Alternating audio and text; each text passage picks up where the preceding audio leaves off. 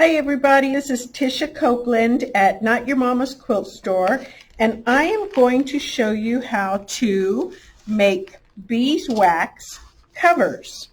These covers are really great for covering sandwiches, covering cheese, making little snack bags out of them. Anything that you would use cellophane for, you would want to use this. They last about a year.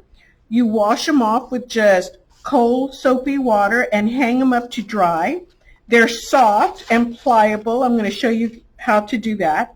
They'll hold their shape so you can use them to cover a bowl or close, put a sandwich in it, wrap a sandwich is what I'm trying to say.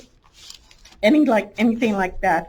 It's going to hold its shape, and what makes it hold its shape is the warmth of your hands melts that beeswax a little bit. So I'm going to show you how to do these, and this is going to be a great scrap buster for you out there. First thing I'm going to show you is that you need beeswax, and I used the beeswax pellets. I'm doing this on a camera, or trying to read it. And I am using the Densert white beeswax pellets, 100% pure and organic. I found these on the Amazon, okay?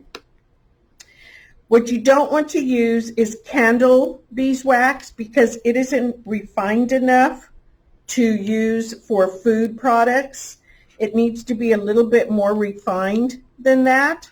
So these are the ones that I found. The other thing I'll tell you, because if you're anything like me, you might search around for one that's American made. Some of these are packaged in America, but all the wax comes from China. And yes, I did go through all the labels on all the options, and that's what I found.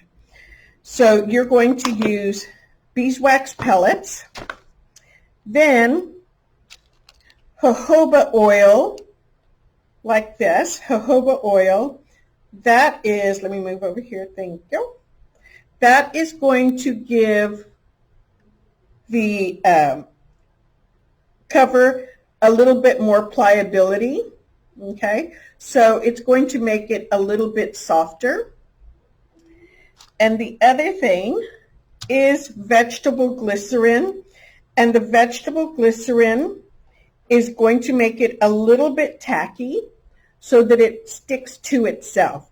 Now both these items, the glycerin and the oil, jojoba oil, I found both of these at my local Sprouts, which is like a health food store that's here, and I found it in the sections where they have like the homeopathic remedies and essential oils and that kind of stuff. So I'm going to get some of the pellets. These pellets actually look like little bits of rice. Can you see it right there? They just look like little bits of rice. And I put some in my cup right here. This is kind of my little measuring cup. I go right up to the first little rim. I see that, and I go halfway with the pellets, and that's going to give me enough to make one little napkin or one little cloth. Into that, right here, into that, I'm going to put a little bit of the jojoba oil, okay? I don't have an exact measurement of how much I put in there. I couldn't find an exact measurements.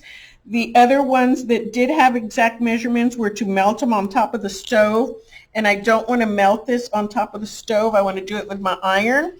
So they were just like, pour it in there and see how much you think it needs. My glycerin is going to be the same thing. I'm just going to trying to do it so you can see what I'm doing. And this is what's going to make it tacky. Okay? I don't know, maybe for that much, maybe half a teaspoon of each. I'm going to mix this up, and I'm using my very efficient letter opener. That's all I could grab fast enough. So I'm going to mix it up just like this. You can kind of see that it sticks together. It's not going to dissolve or anything. You just want to get that oil all over the place. And remember that the jojoba oil makes it flexible and pliable, and the glycerin makes it a little bit tacky. You can also use tree resin, is what a lot of the recipes say to do this, but I couldn't find tree resin in my area, and I didn't want to order it online because I wanted it now. So I'm going to set it just like that. Next thing I'm going to do is lay out my parchment paper right here. Okay, I have one on the bottom and I'm going to put one on the top. What I do need to tell you is that make sure that the fabric you're working with is smaller than your parchment paper. Okay, if it's larger than your parchment paper, it's going to bleed out everywhere, the wax will, and it makes a big mess. Therefore, I do like to put newspaper where I'm working because it allows the newspaper to absorb some of those extra wax pellets as they melt, that wax liquid. So I'm going to put just a little bit. And if you think a little bit is good, so more must be better, I promise you that's not accurate. And I know this because I am one of those people who say if a little bit is good, more must be better. And so I put a whole bunch on there, and then I spent ungodly amounts of time trying to get it off. So you can see it's a little bit sticky because it has the oils on it, so it's sticking to my hands a little bit. And you can see that I barely put any on there. It looks like I spilled a little bit of rice. I still have some in my cup, so I didn't even use it all. If I need to move it around with my fingers, I can. It gets a little messy, so I do have a paper towel right here that I wipe my hands off with. And then I'm going to put another piece of parchment paper right on top. Okay. So I have that right on top. And I'm going to start to iron. Now this little cheap iron that I have it on high because it's a little cheap iron and it doesn't melt very fast. It doesn't get very hot. My other iron that I have gets very hot, very fast, so I actually iron with it on low. And all I'm doing is starting to melt the wax. You can see how it turns colors as it starts to melt. Can you see it showing up on the paper? Showing through the paper. So I can start moving this wax around when it gets hot and melts. So I'm just going to get this really nice and warm, and then I can start moving that wax. I'm going to come right over to the edges. You know, the other thing you can do that makes these really cute is to take your pinking shears and cut off cute edges. Give yourself some cute edges do it before you put the wax on there. Don't run your pinking shears through the wax. It's not going to be good for them. I'm going to go ahead and iron this whole thing.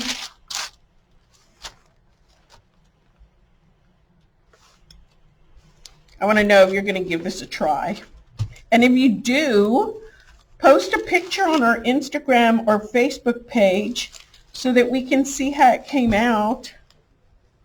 Oh my gosh, these are so cool.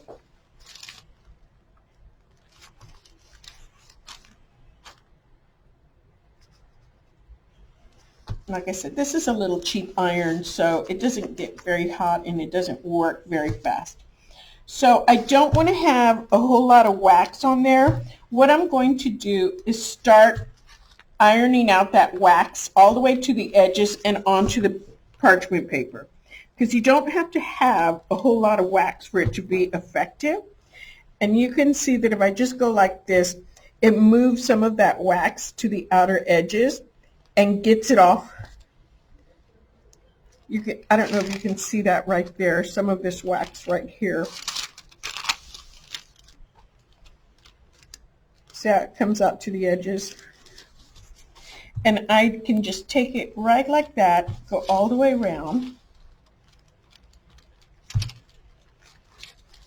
Now, it's not necessary that you turn it over, but I am going to turn it over to heat it from the other side as well. Get that wax to soak all the way through. It's not critical that you do this, but I just like to do it. So I'm going to heat all the way.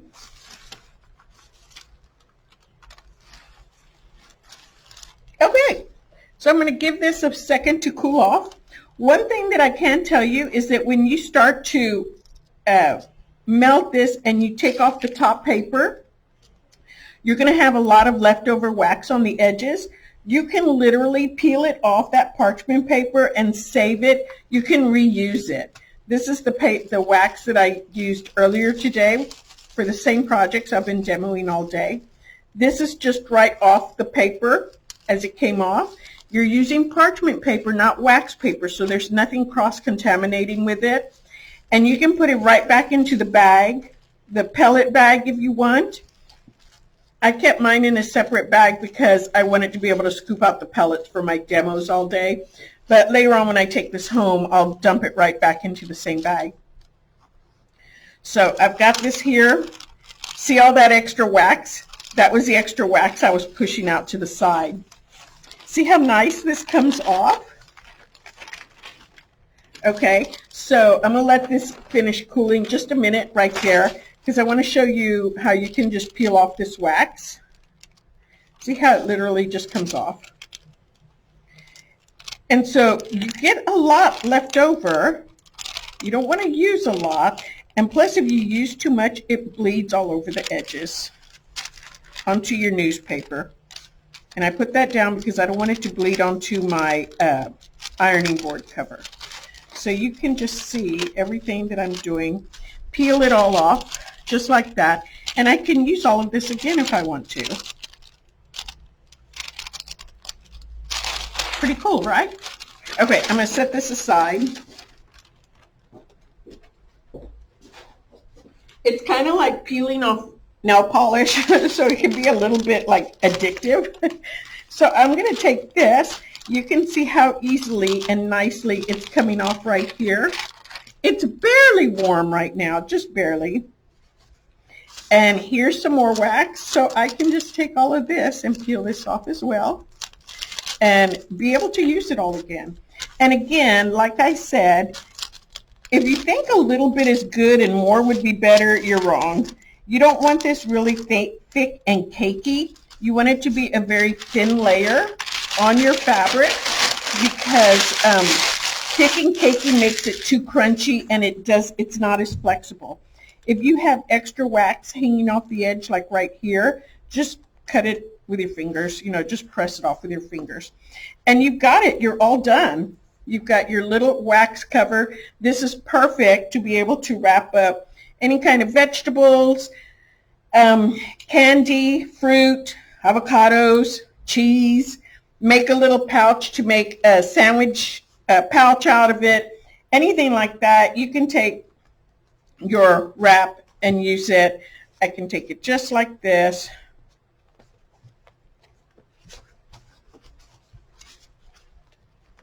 And it's going to keep your stuff fresh and ready to use.